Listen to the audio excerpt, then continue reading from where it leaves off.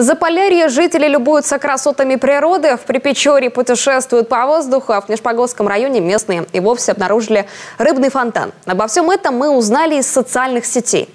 О чем еще в эти дни говорила республика, знает моя коллега Виктория Денисова. Виктория, вам слово.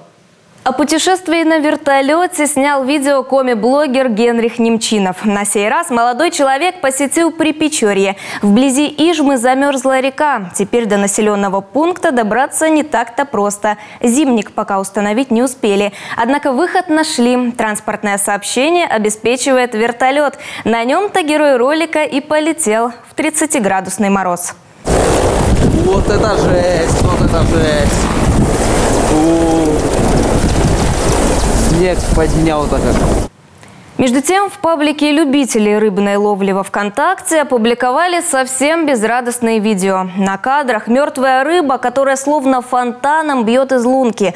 Замор произошел на реке Чича, что в Нижегородском районе. Рекордные морозы дали о себе знать. Под толстым слоем льда рыба осталась без доступа кислорода. Однако, по словам комментаторов записи, прежде на реке создавали так называемые майны. В толще льда вырезали проруби, чтобы рыба могла дышать. Вот только теперь до этого никому нет дела.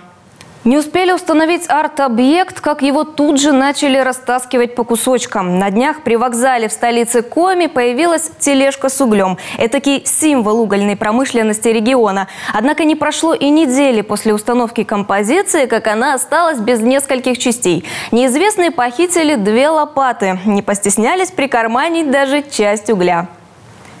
Вот так отдыхает воркутинская молодежь. С такой припиской в группе «Подслушано Воркута» опубликовали видеоролик. Его герои в нетрезвом состоянии разгуливают по зданию Пентагона, как его называют в народе. Молодые люди ломятся в двери, кричат и ругаются. Действие запечатлела камера видеонаблюдения. Местные, в свою очередь, негодуют, поражаются поведению молодежи.